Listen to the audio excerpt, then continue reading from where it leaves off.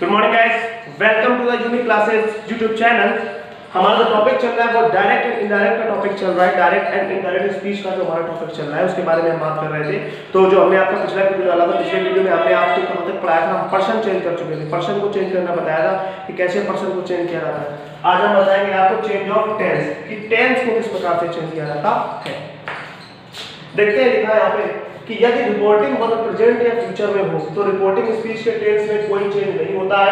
Sense के अनुसार केवल प्रोनाउन को चेंज कर दिया जाता है। प्रोनाउन मतलब भाई पर्सन को चेंज कर दिया जाता है, ठीक है। रिपोर्टिंग वर्ब तो आप जानते हैं क्या होता है। रिपोर्टिंग वर्ब तो आप जानते हैं, मैंने कल आपको बताया क्या होता है।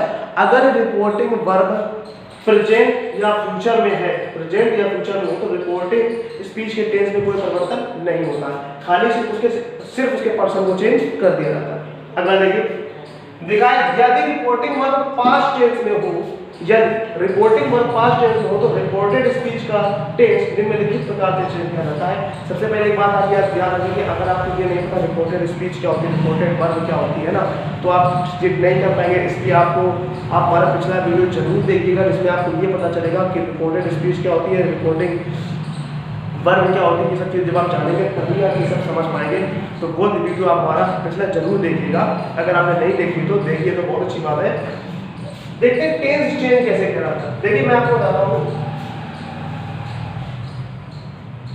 जो रिपोर्टेड स्पीच होती है हमारी, कह रहे हैं रिपोर्टिंग वर्ब पास्ट टेंस में। रिपोर्टिंग वर्ब मतलब कैसा, रिपोर्टिंग वर्ब वही तो होती है ना। रिपोर्टिंग वर्ब क्या मतलब होता है हमारा,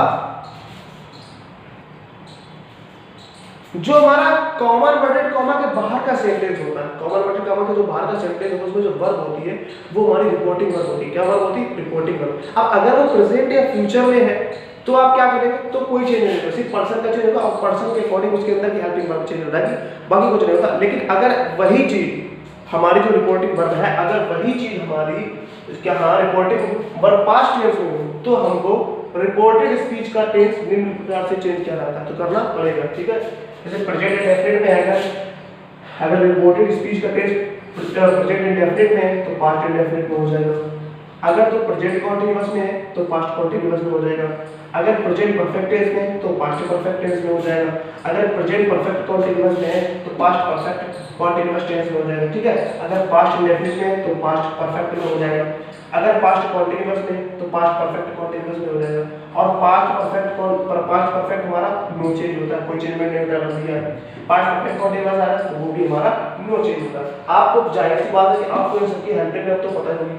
प्रेजेंट इंडेफिनिट की हमारी हेल्पिंग वर्ब क्या होती है, डू डस। इसकी हमारी हेल्पिंग वर्ब क्या होती है, पास्ट इंडेफिनिट की डिड होती है। प्रेजेंट कॉन्टिन्यूअस की इज हैव होती है। पास्ट कॉन्टिन्यूअस की हमारी क्या होती है, वाज वर होती है। प्रेजेंट परफेक्ट की हमारी क्या होती है, हैज है। पास्ट परफेक्ट क्या होती है, हैड होती है। प्रेजेंट परफेक्ट कॉन्टिन्यूअस की क्या होती है, हैज बीन, हैव बीन। और पास्ट परफेक्ट कॉन्टिन्यूअस की क्या होती है, हैड बीन। उसके बाद पास्ट इंडेफिनिट की क्या होती है हमारी, डिड। क्या होती है, डिड।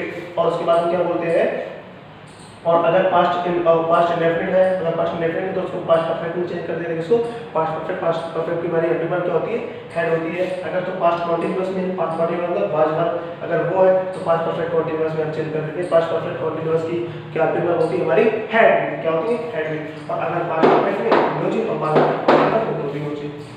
अच्छा ये बात तो होती है। अब चलिए इनकी बात और समझ लीजिए, ये हमारे कुछ और दे रखे हैं, ठीक है।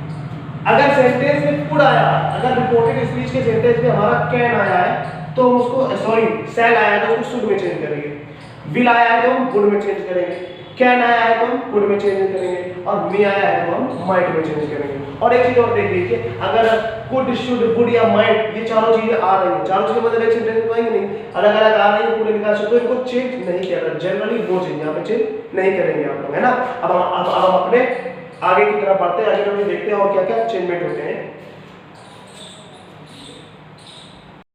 अब जो हमारा तीसरा है हमारा change of other parts of speech. जो पार्ट्स ऑफ स्पीच को अदर चीजें चेंज करते हैं, सेंटेंस में बहुत सी चीजें हमारी जब हम डायरेक्ट इनडायरेक्ट करते हैं बहुत सी चीजें चेंज करने को आती हैं।